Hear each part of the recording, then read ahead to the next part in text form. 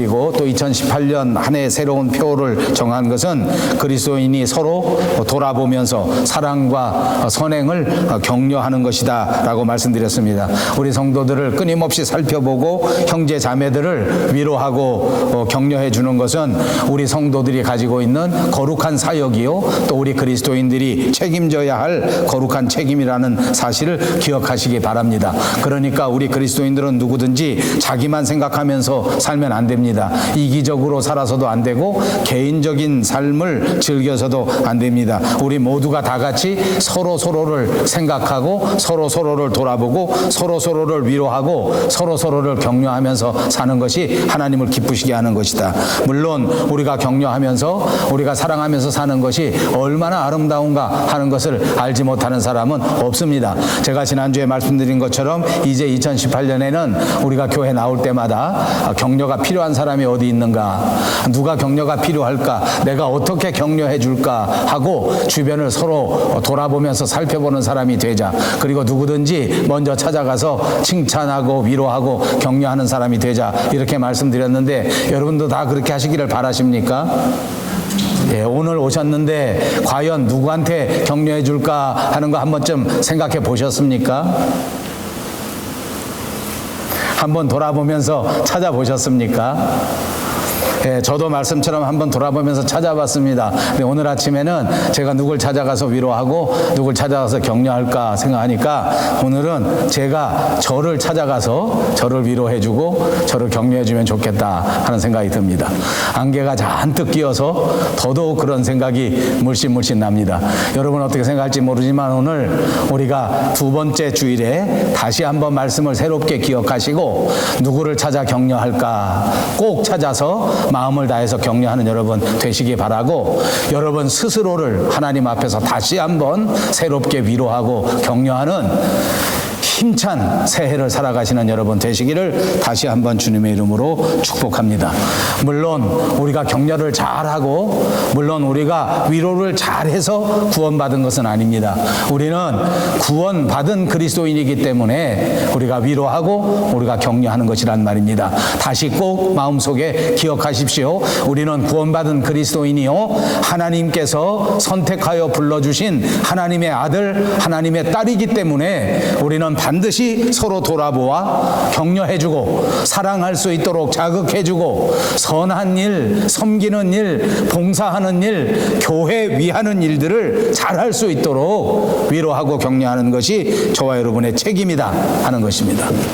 토마스 구룸이라고 하는 기독교 교육학자가 있는데 이 사람이 믿음에 대해서 우리한테 설명할 때 세 가지 차원에서 믿음을 설명했습니다. 그 첫 번째 차원이 무엇인고 하니 인지적인 차원에서의 믿음이다, 이런 말했습니다. 인지적인 차원이라고 하는 것은 다시 말하면 깨달아 안다 그 말입니다. 하나님께 향한 하나님의 믿음을 우리가 깨달아서 알게 되는 차원, 그것이 믿음의 첫 번째 차원. 어느 날부터 하나님이 느껴지고 어느 날부터 하나님이 계시다고 하는 것이 깨달아지고 어느 날부터 세상에 나만 사는 것이 아니라 하나님 살아계시구나, 어느 날부터 하나님께서 나를 도와주시는 분이시구나, 어느 날부터 내가 이 세상에 혼자 외롭게 살아가는 것이 아니라 하나님이 나를 사랑해 주시는구나 하는 것을 깨달아 알게 된다. 이것이 인지적인 차원의 믿음의 단계다, 이렇게 말한 것입니다. 두 번째는 신뢰적 차원의 믿음의 단계가 있다는 것입니다. 이건 뭐냐면 이제 하나님을 느끼고 하나님을 깨닫고 뭔지 모르게 하나님이 나와 함께 하시는 것 같고 뭔지 모르게 하나님이 나를 사랑하시는 것 같고 하는 그런 깨달음이 우리한테 있었는데 그 깨달음이 더 차원을 높여져서 이제는 어느 날부터 하나님을 향한 아주 확실한 신뢰가 생기는 거예요. 하나님을 향한 믿음이 생겨지는 것입니다. 다시 말하면 신뢰적 차원에서 믿음을 갖게 되는 것입니다. 하나님을 턱 믿습니다.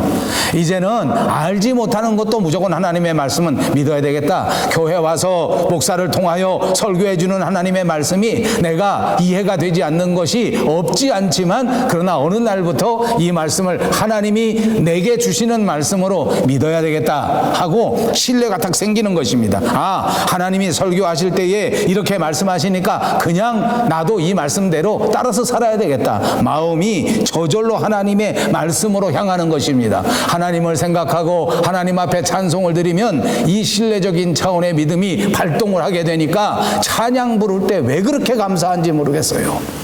왜 똑같은 노래인데 하나님 앞에 주일에 나와 찬양할 때는 마음이 감동이 되고 마음이 기쁘고 마음의 위로가 되고 내 마음에 새로운 격려가 되는지 알 수가 없어요. 저절로 찬송을 부르다 보면 마음이 평안해집니다. 저절로 찬송을 부르고 기도하다 보니까 세상 살다가 당한 억울함과 어려움과 외로움이 없지 않았지만 마음에 새로운 평안이 강처럼 넘쳐나게 되는 것입니다. 그것이 신뢰적 차원의 믿음의 단계라 이렇게 말할 수 있습니다. 그리고 세 번째 단계가 있는데 이 교육학자가 말하는 세 번째 차원의 믿음은 바로 의지적인 차원의 믿음입니다. 이제는 하나님이 내가 저절로 느껴지고 하나님의 사랑이 깨달아지고 그리고 이제 하나님이라고 하면 무조건 마음이 가고 하나님 말씀이라고 하면 무조건 믿어지고 하나님께 예배하다 보면 마음이 평안해지고 하는 차원에서 한 단계 더 올라가게 되니까 그것이 뭐냐면 믿음으로 행동하게 된다는 것입니다. 이제는 하나님 말씀이 믿어지니까 아, 목사님이 설교하신 그대로 나도 한번 해봐야 되겠구나. 서로 격려하라 하셨으니 이 말씀대로 그대로 내가 격려해야 되겠구나. 서로 마음을 써서 돌아보라 했으니 이제 내가 그냥 건성건성 돌아보는 것이 아니라 내 옆에 있는 형제, 내 옆에 있는 자매가 어떻게 살아가는가, 지난 한 주간 어떻게 했는가 하는 것을 더 마음을 써서 살펴보고 그 사람을 찾아가 말씀 그대로 위로하고 말씀 그대로 격려하는 것입니다.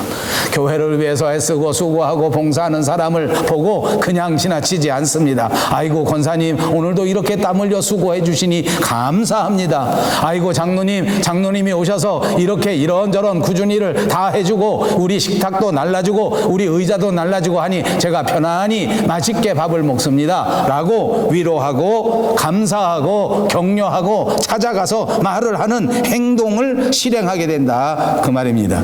믿음으로 행동하는 것입니다.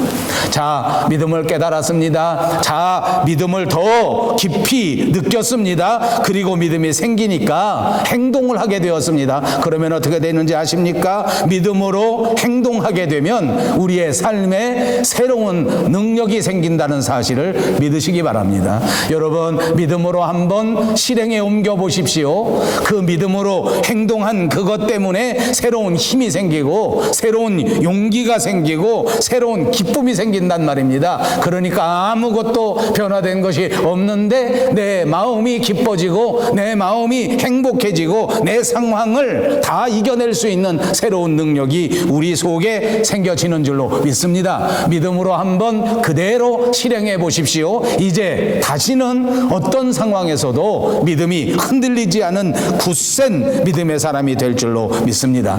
여러분 오늘 2018년 새로운 한 해를 시작하는 두 번째 주일입니다. 사랑하는 밴쿠버 영성교회 모든 성도님들이 오늘 말씀의 제목처럼 믿음을 가진 자, 온전한 믿음을 가진 자가 되셔서 하나님께 큰 영광을 돌리는 여러분 그리고 우리 밴쿠버 영성교회가 되시기를 다시 한번 주님의 이름으로 축복합니다. 믿음 생활을 시작하고 교회를 다니기 시작하고 1년, 2년, 3년 이렇게 많이 다녔는데 그래도 믿음이 성장하지 않는 사람들이 안타깝게도 우리 주변에는 많습니다. 좀 성숙할 때가 됐는데 믿음이 늘 성숙하지 못하고 그냥 매일같이 유치한 차원의 어린아이 차원에 머무는 사람들도 한두 사람이 아닙니다. 왜 이런 현상이 벌어질까 하면서 이 사람을 한번 살펴보았습니다. 왜 이 사람들은 믿음이 성장하지 않나?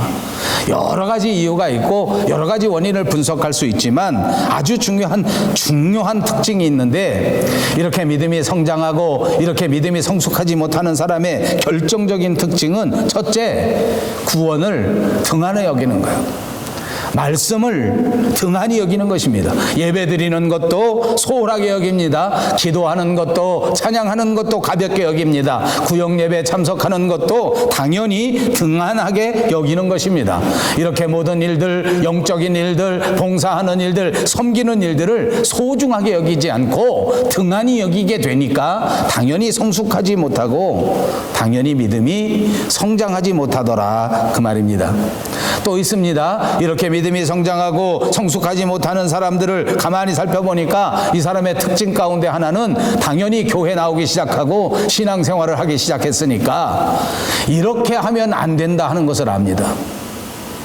이렇게 하면 안 된다. 다시 말하면 내가 예수 믿는 사람으로서 이렇게 말씀을 어기면 안 된다. 내가 예수 믿는 사람으로서 아직도 이런 죄와 타협하고 또다시 이런 죄를 지으면 안 된다 하는 것을 모르는 사람은 없단 말입니다. 그런데 그만 다 알면서도 죄가 나쁘다는 걸 누구보다 알면서 이것이 하나님 앞에 죄가 된다는 것을 분명히 알면서 그 죄를 끊지 못하고 또다시 죄와 타협해서 그만 다시 범하게 되는 것입니다. 그러니까 성장하지 못하고 성숙하지 못합니다. 여러분, 어느 목사님이 아주 재밌는 비유를 들면서 이 대목을 설명한 적이 있습니다. 사람은 다 알면서 못하는 게 더 무섭다. 살찐 사람, 배 나온 사람 치고 이거 먹으면 살찐다는 걸 모르는 사람이 없습니다. 그래서 자기가 먼저 말한답니다. 아, 이거 더 먹으면 안 되는데, 나 여기서 더 먹으면 안 되는데, 전부 알면서 그걸 더 먹어서 저처럼 된다는 것입니다. 여러분, 몸은 그걸 못 참아서 먹어서 이렇게 될지언정 우리의 영적 생활은 죄인 줄 알면 2018년에는 더 범하지 말고 단호하게 그 죄를 해결하셔서 우리의 믿음이 무럭무럭 성장할 수 있는 저와 여러분 모두가 되시기를 바랍니다. 말씀을 소홀히 여기지 말고 죄를 다시 범하지 말라. 한번 입으로 해보십시다. 말씀을 소홀히 하지 말고 죄를 다시 짓지 말자. 제가 지난 주간에 어느 젊은 목사님에게 그런 말을 들었습니다. 제게 막 문자를 보내고 카톡을 보내면서 제게 목사님 정말 좋은 걸 하나 발견했습니다. 목사님 교회 다 퍼뜨려서 모든 성도들이 알게 해주십시오. 그래서 내가 그게 뭔가 했더니 드라마 바이블입니다. 적어놓으세요. 드라마 바이블. 적어놓고 잊어버린 사람 저한테 나중에 물어보세요. 이게 뭔고 하니 성경을 읽어주는 프로그램인데 이런 것들은 과거에도 많이 있었습니다. 사실은 한 10여 년 전에도 뭐 MP3 이런 게 처음 나올 때 제 아내도 한국에서 제가 올 때 그런 거 사다 달라 해서 매일 귀에다 꽂고 그 성경 말씀을 낭독하는 걸 듣고 이런 적이 있었습니다. 한동안 그런 게 있었습니다. 근데 이 드라마 바이블이라는 건 보니까 한국의 유명한 배우, 성우, 뮤지컬, 음악가 뭐 등등 유명한 사람들을 다 모아서 100명 넘게 모아가지고 4년 넘게 작업을 해서 이 성경 말씀을 드라마틱하게 읽었습니다. 제가 창세기를 들어보니까 진짜 드라마틱하게 읽었어요. 그냥 밋밋하게 읽지 않고 막 드라마틱하게 읽고 그 배경 음악도 그냥 밋밋하게 놓지 않고 거기다가 막 얼마나 배경을 멋있게 짠짠짠짠 이렇게 깔아놨는지 그거 듣다 보니까 잠이 벌떡 깨더라고요. 그래서 제가 막 찾아보니까 유튜브에 찾아보니까 이런 걸 만들어 놓은 사람들의 간증이 막 나오는데 뭐 유명한 사람들 많이 나오더라고. 무슨 한인수 장로 뭐 등등등등 막 얼굴 다 알만한 연예인들이 전부 나와가지고 이걸 막 녹음하고 한 것을 간증하는데 막 눈물이 날 정도로 감동이 되더라고요. 그래서 그걸 여기 스마트폰이 있는 사람 누구든지 다 무료로 다운받아가지고 전부 다 들을 수 있게 돼 있고 재밌는 것은 시작할 때 기도하는 거 또 어느 정도 30분만 듣겠다 1시간만 듣겠다 내가 이거 계속 듣다 잠 못 자면 안 되니까 1시간만 듣겠다 다 세팅할 수 있고 끝나면 끝나는 기도할 수 있고 해서 자기가 계속 이 스마트폰 안에 저장해 두었다가 1년에 몇 번 읽었는지 그것도 다 체크할 수 있는데 열심히 들어서 하루에 1시간씩 들으면 1년에 2번, 3번 이 성경을 다 들을 수 있다. 그리고 거기 유명한 성우들이 뭐 삭자 맡아서 예수님의 음성은 예수님의 음성대로 가룟 유다의 음성은 가룟 유다의 음성대로 다 이렇게 했는데 얼마나 그것이 생동감이 있고 그런지 모릅니다. 여러분, 이거 흔한 일입니다. 새로운 일이 아닙니다. 근데 제가 이 설교 준비하면서 목사서부터 달라져야 되겠다. 제가 여기다 깔아놨습니다. 이야, 이 드라마 바이블 얼마나 좋은지, 야, 이런 게 있었구나. 이걸 가르쳐준 목사 얼마나 고마운지. 내가 어이 목사님 꼭 오늘 저녁에 나와, 내가 밥 사줄게. 근데 여러분, 은혜가 막 되더라고. 이거 귀중하다. 이거 소중하다. 아멘. 여러분, 들어도 소중하게 들리십니까? 집에 가서 한번 내려받을 마음이 듭니까? 야, 내가 이렇게 선도 그래도 안 들으면 안 되지. 근데 언제나 이런 좋은 일이 있으면 이 대적은 늘 가까운 데 있더라고. 제 아내가 여보 그런 거 많어?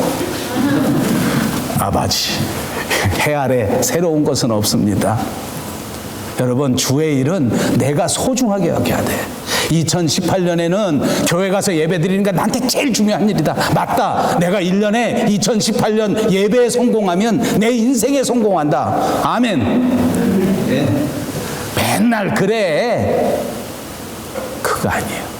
올해만큼은 내가 무슨 일이 있어도 1년 52주 예배 생활 꼭 지키고 예배 때마다 나가서 뜨겁게 찬양하고 뜨겁게 기도하고 온 마음과 온 정성과 온 생명 다 들여서 하나님 앞에 집중해서 예배하리라.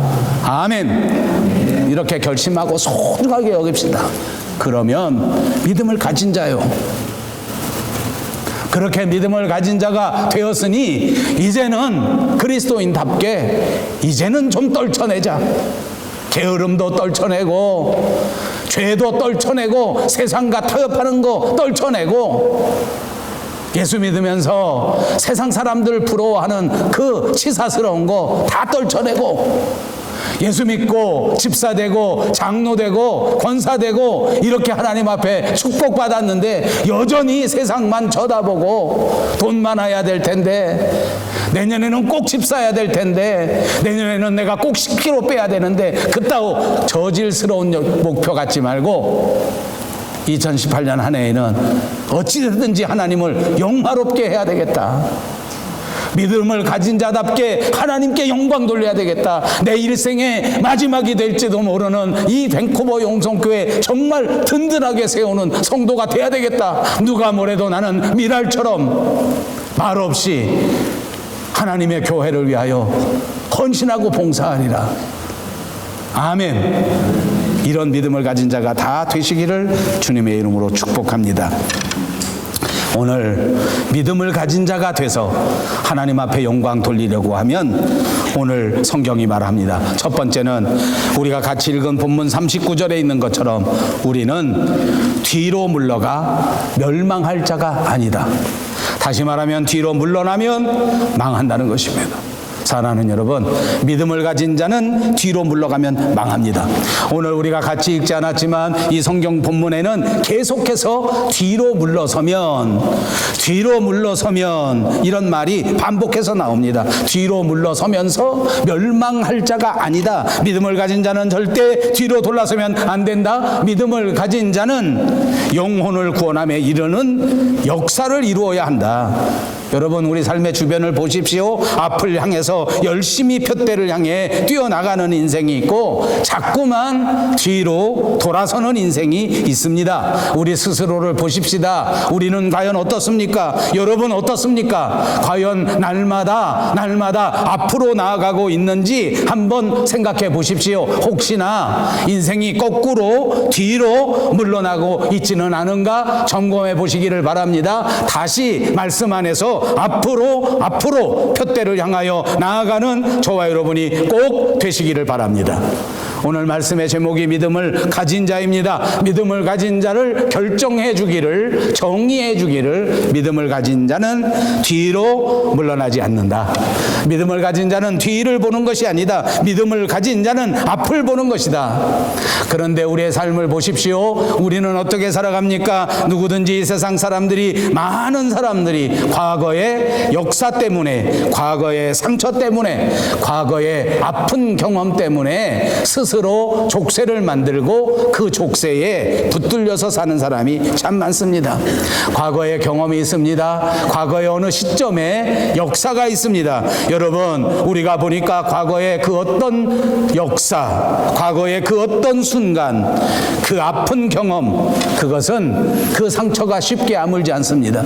모든 인생을 붙듭니다. 그 상처가 계속해서 그 인생 가운데 자꾸만 떠오릅니다. 그래서 그 과거 때문에 그만 사람이 앞으로 가지 못하고, 사람이 그만 주저앉아 버리고, 그 과거의 아픈 기억 때문에 오늘의 세상을 다 망쳐버리는 그런 사람이 한두 사람이 아닙니다. 앞으로 가기는커녕 주저앉아 버리고, 앞으로 가기는커녕 과거에 실수한 것 때문에 나는 이제는 더 이상 할 수 없어, 나는 아무것도 해봐도 안 돼, 옛날에도 못했었어, 이렇게 스스로 점수를 매기고, 스스로 낙제라고 판단해버리고, 스스로 안 된다고 딱지를 붙여버린단 말입니다. 과거에 맺혀서, 과거에 붙들려서 그만 움척달싹을 못하고 헤어나지 못하는 것입니다. 여러분, 솔직히 우리 스스로 뒤를 돌아보십시다. 과거를 돌아보면 성공한 것보다 실패한 게 많은 게 우리 인생입니다. 솔직히 과거를 돌아보니 그 유혹에 넘어갔었던 부끄러운 과거, 그 죄 결코 안 지었어야 하는데 그만 아무도 안 보는 줄 알고 범했던 그 부끄러운 죄가 없는 사람은 없습니다. 이것 때문에 부끄러운 것이 당연한지도 모릅니다.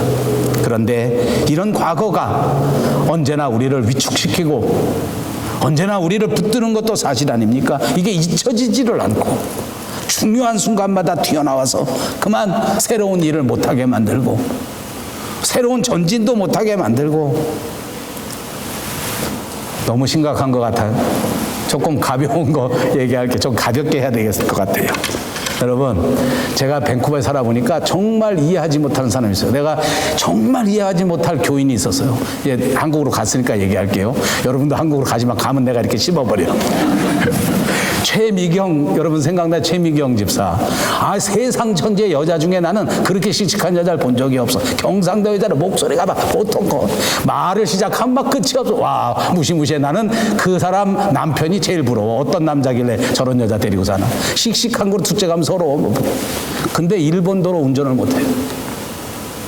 일본 못 타. 우리 집에 한 번도 못 와. 일본도. 왜? 고속도로 가다가 사고 난 적이 있어. 좀 가볍죠? 과거가 이렇게 웃겨요. 여러분 주변에 그런 사람 혹시 없어요?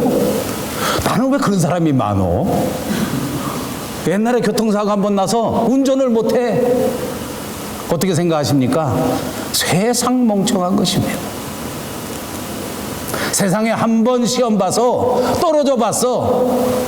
고등학교 시험에 낙방했어. 대학교 가다가 1차 시험에 떨어져서 그 다음에 시험 보러를 못 가. 얼마나 미련해. 여러분, 아까 교통사고 난 사람은 에이 바보, 왜 그렇다고 운전을 못할까 하면서 대학 시험 봐서 떨어진 아픈 경험 때문에 취직 시험은 엄두도 못 낸다 그러면 조금 이제 이게 뭘까? 다 그러고 살아. 여러분, 믿음은 뒤로 돌아가는 게 아니에요.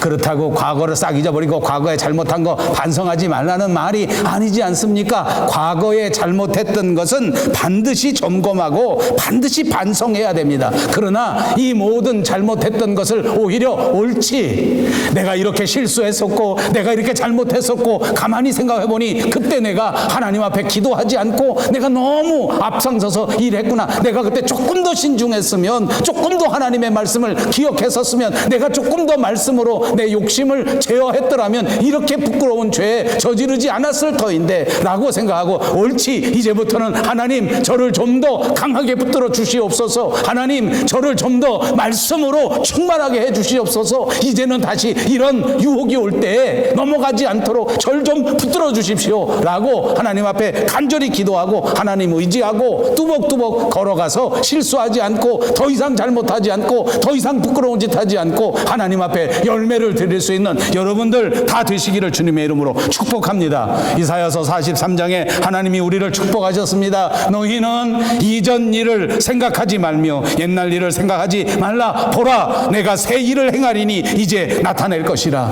이제 노예 생활을 끝나고 이제 이스라엘 백성들이 광야에 나왔을 때에 그 이스라엘 백성들에게 하나님이 주신 것입니다.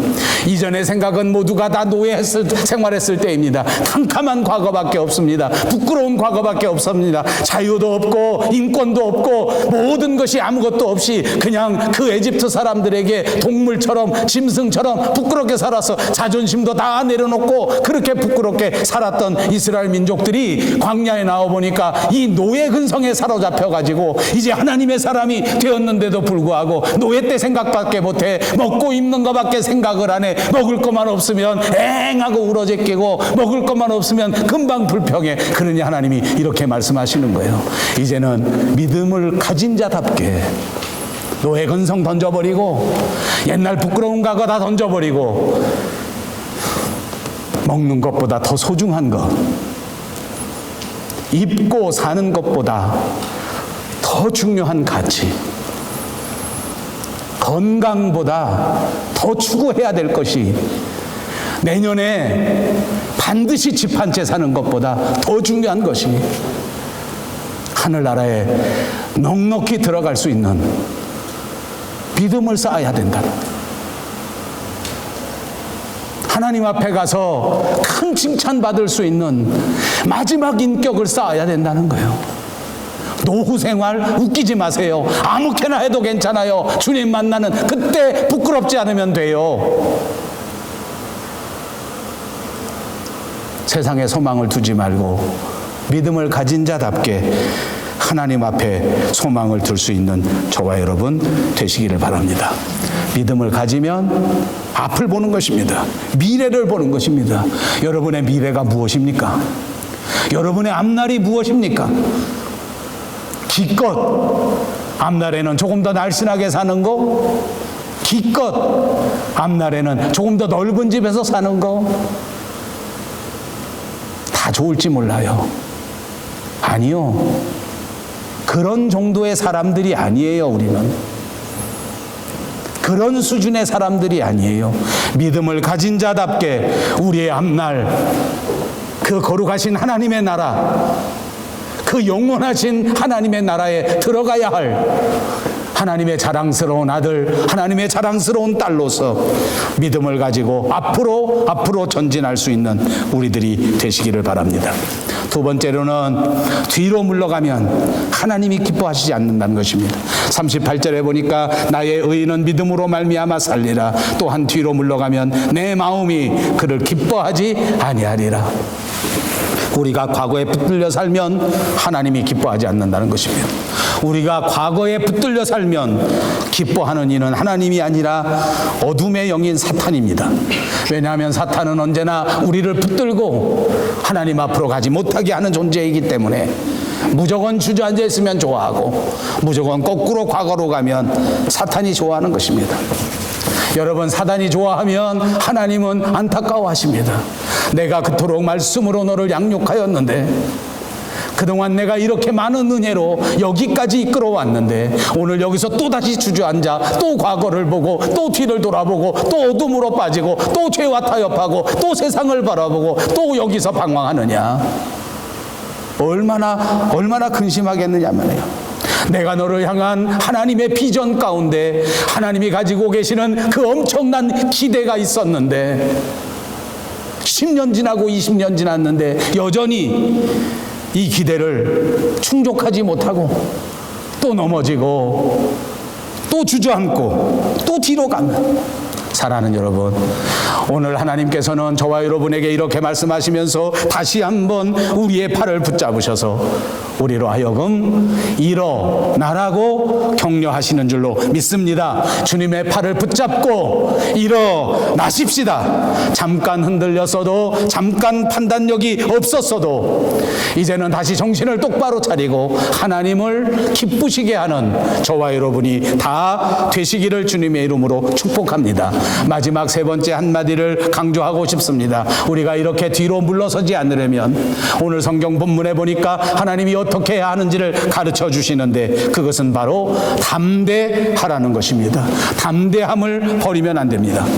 사람은 누구나 실수합니다. 일생 가운데 사람은 누구나 한 번쯤 흔들릴 때가 있습니다. 사람은 운전을 하다 보면 어느 순간에 한번 사고를 낼 적도 있습니다. 어느 때는 다른 사람이 잘못해서 내게 사고를 주는 적도 있지만, 어느 때는 부끄럽게도 내 자신이 잘못해서 사고를 낼 때도 있습니다. 이렇게 사고를 내고 이렇게 잘못하는 일을 하다 보면 흔들릴 수 있습니다. 확신이 없어질 수도 있습니다. 믿음 생활할 때도 비슷한 것 같습니다. 교회를 다니지만 어느 때는 하나님이 나를 구원하신 것이 정말인가? 정말 하나님의 말씀대로만 하면 내가 세상에서 행복하게 살 수 있는 것인가? 라는 것이 의심스럽기만 할 때가 있습니다. 어떨 때는 교회 다니기도 싫을 때가 있습니다. 이런 이민사회에 정말 100개, 200개 교회가 있다는데 우리 교회 같은 교회가 뭐하러 또 존재하느냐 하고 생각할 수도 있을지 모릅니다. 그 외에도 세상에 들려오는 수많은 말 때문에 우리의 믿음은 흔들립니다.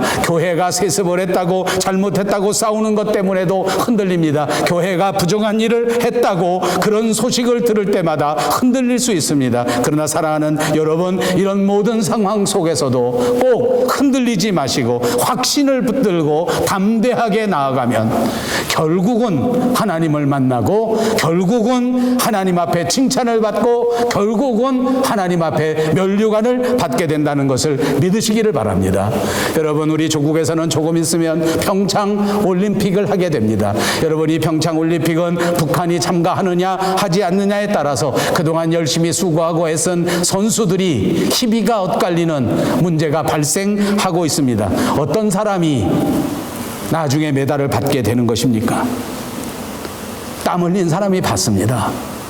다른 사람들이 무엇라 하더라도 그저 열심히 땀 흘려 연습하고 힘들어서 쓰러질 지경에 이르렀지만 도저히 내가 이것을 극복할 수 없다라는 생각이 떠나지 않지만, 그럼에도 불구하고 끝까지 소망을 붙들고 담대하게 연습하고 인내하고 참은 자가 메달을 따게 될 줄로 믿습니다. 다른 사람